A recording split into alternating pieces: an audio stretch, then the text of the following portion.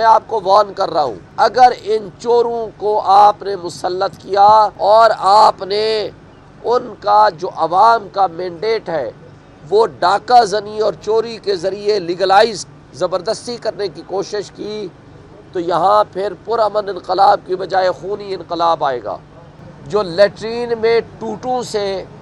لوٹوں سے اور لیٹرین میں رکھے جانے والے لوٹوں کی ماسٹرنی جو اپنے آپ کو آگے وزیر اعلیٰ کا کینڈیڈیٹ بنانے جا رہی ہے، میں ان سے سوال کرتا ہوں کہ آپ تو کہتی تھی کہ جو لوٹے ہیں وہ لیٹرین میں ہونے چاہیے، تو کیا لیٹرین میں جا کر آج آپ نے ان لوٹوں کی صفائی کر دی ہے؟ اپنے پاکستانیوں کے جو اوورسیز میں ہمارے بیٹھے ہوئے ہیں، جو ہماری بیک بون ہے، جن کی وجہ سے ہماری معیشت چلتی ہے، ان کے بارے میں جو خواجہ آصف یا ان کے پی ایم ایل این کے گماشتوں نے جو گفتگو کی تھی، اس کے بعد کون اب آپ کو پیسے بھیجے گا؟ کون ان ڈاکوں کے لیے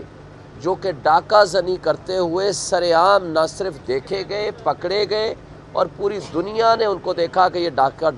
ڈال رہے ہیں، اور ان کے پاس کون انویسٹمنٹ لے کر آئے گا؟ میں جو آج ایک محب وطن پاکستانی کی حیثیت سے، آج پی ٹی آئی کے لیڈر کی حیثیت سے نہیں، میں محب وطن پاکستانی کی حیثیت سے اپنے ان محب وطن بھائیوں سے پوچھتا ہوں جن کے قبضہ قدرت میں پاکستان کے تمام مسائل، بیوروکریسی، الیکشن کمیشن، ادارے اور عدلیہ کو جس کو وہ کنٹرول کرتے ہیں، میں ان محب وطن بھائیوں سے میں ایک سوال کرتا ہوں، کیا ایک شخص کی دشمنی میں پاکستانیوں نے کیا قصور کیا ہے؟ ان کو آپ معاشی تباہی کے دلدل میں تو دھکیل چکے ہیں، اب اگر آپ نے ذرا سا بھی غلطی کی، جو کہ آپ کرتے جا رہے ہیں، ان غلطیوں کا خمیازہ عوام تو بھگتے گی ہی بھگتے گی، آپ خود بھی بھگتیں گے، اس لیے کہ نیشنل سیکیورٹی ایٹ رسک ہو چکی ہے۔ میں دوبارہ دہراتا ہوں، نیشنل سیکیورٹی اور قومی مفاد ہمارا آج وہ مجروح ہو چکا ہے۔ تو جہاں نیشنل سیکیورٹی کے نام پہ آپ نے آئین کی پامالی کی تو آپ نے کہا یہ ملک کے مفاد میں ہے، جہاں آپ نے بنیادی انسانی حقوق کی پامالی کی تو آپ نے اپنے لوگوں کو مطمئن کیا کہ یہ ملک کے مفاد میں ہے، جہاں آپ نے قانون توڑا تو آپ نے اپنے لوگوں کو یہ کہا کہ یہ ملک کے مفاد میں ہے، جہاں آپ نے پارلیمنٹیرینز کے ساتھ ظلم و زیادتیاں کی تو آپ نے کہا یہ ملک کے مفاد میں ہے۔ مگر آج میں سوال کرتا ہوں، آج عوام نے ایک فیصلہ دے دیا، آج پوری دنیا، صرف صحافی نہیں، دنیا کے صحافی نہیں، پوری دنیا آج چیخ اٹھی ہے۔ جو کچھ آج آپ نے پری پول ریگنگ کو سائٹ پہ رکھ دیں، جو پوسٹ پول ریگنگ نہیں، جو ڈکیتی میں جو لوگ ملوث ہیں اور ان کو آپ فیسیلیٹیٹ کر کے ہمارے سروں پہ بٹھانا چاہتے ہیں،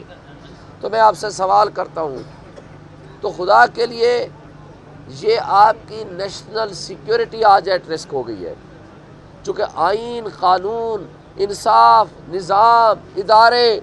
آپ کہتے ہیں کہ وہ ملکی مفادات کے سب تابع ہو جاتے ہیں۔ میں اس وقت ایک محب وطن پاکستانی کی حیثیت سے آپ سے سوال کرتا ہوں، کیا نیشنل سیکیورٹی آج آپ کی سیکیور ہو گئی ہے؟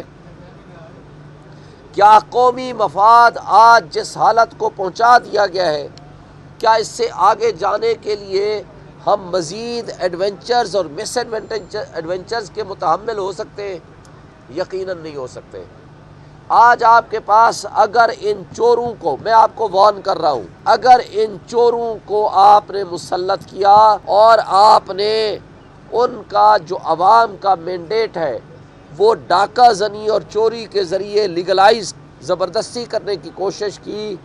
تو یہاں پھر پرامن انقلاب کی بجائے خونی انقلاب آئے گا، جس میں یہ سارے چور ڈاکو تو خس و خاشاک کی طرح بہہ جائیں گے، یہ تو لندن اور دبئی اور جزیروں میں چلے جائیں گے، مگر اس کا نقصان نیشنل سیکیورٹی کو ہوگا، اس کا نقصان ملک کو ہوگا۔ اس لیے بہتر ہے آج اپنی پالیسیوں کو ریکنسیڈر کرو. آج وقت ہے، اس وقت کا ہم فائدہ اٹھا سکتے ہیں، مگر وقت بہت کم رہ گیا ہے. آج سے 2 سال پہلے آپ کو عمران خان نے کہہ دیا تھا، 1 سال پہلے بھی کہہ دیا تھا کہ اگر آپ سمجھتے ہو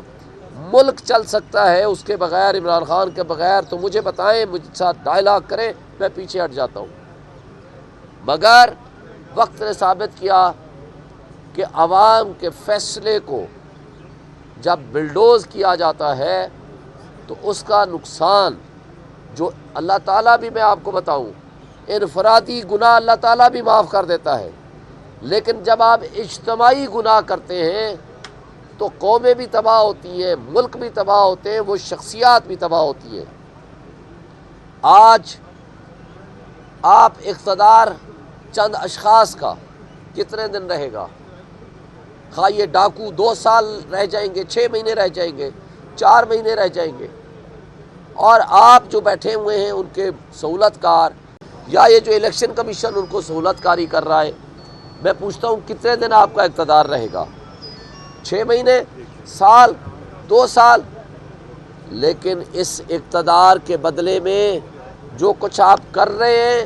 جو تباہی آپ مچا رہے ہیں، اس کا نقصان ہماری اگلی نسلیں بھی سہیں گی.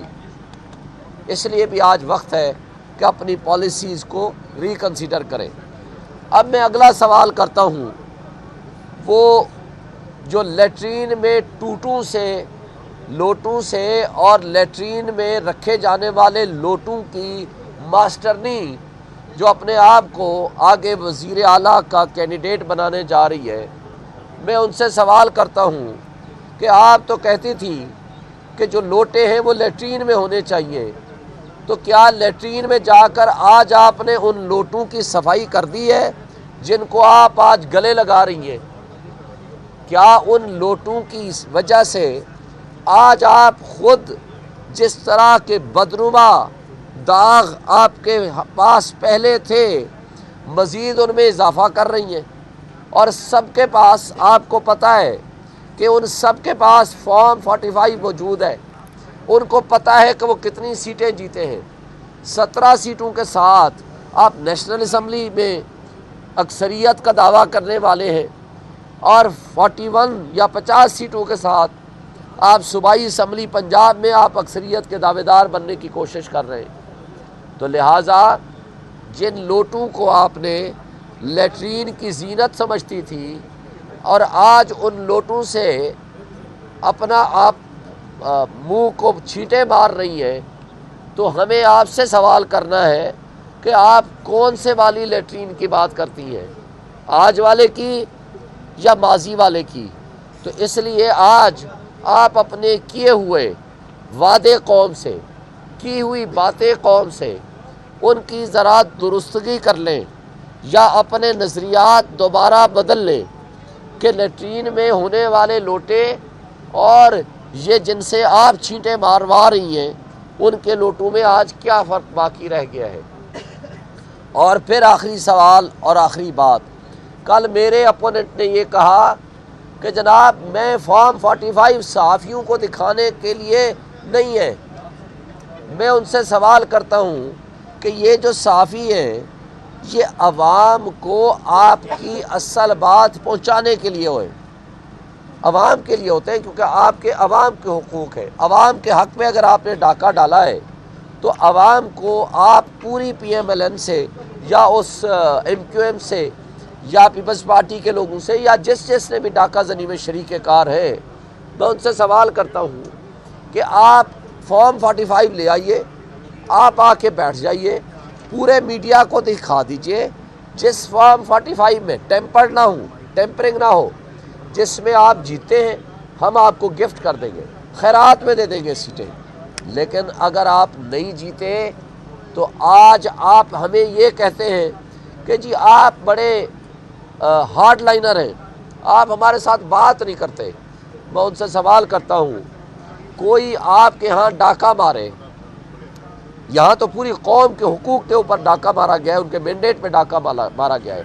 میں انڈیویجول کی بات کرتا ہوں. کوئی شخص آپ کا ڈاکہ زنی کرے، آپ کے ہاں سے کوئی پراپرٹی یا کوئی پیسہ چھین کے لے جائے، سامنے ڈاکو بیٹھا ہو اور آپ کو دعوت دے رہا ہو آئیں میرے سے گفتگو کریں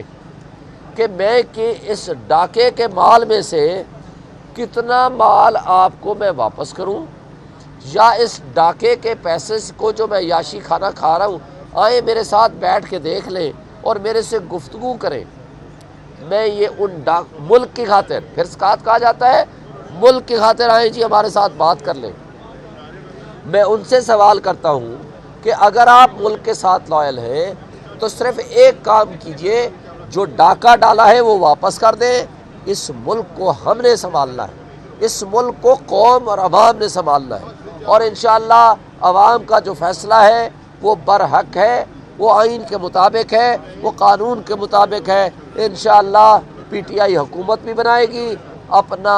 حق بھی واپس لے گی، اور انشاءاللہ تعالی ان عدالتوں سے اور الیکشن کمیشن سے بھی میں استدعا کرتا ہوں کہ اب آخری امید آپ لوگ رہ گئے۔ اگر آپ نے اس ڈاکہ زنی کو حلال قرار دینے کی کوشش کی تو پھر آپ کا بھی احتساب ہوگا، اور وہ احتساب بہت کڑا ہوگا انشاءاللہ۔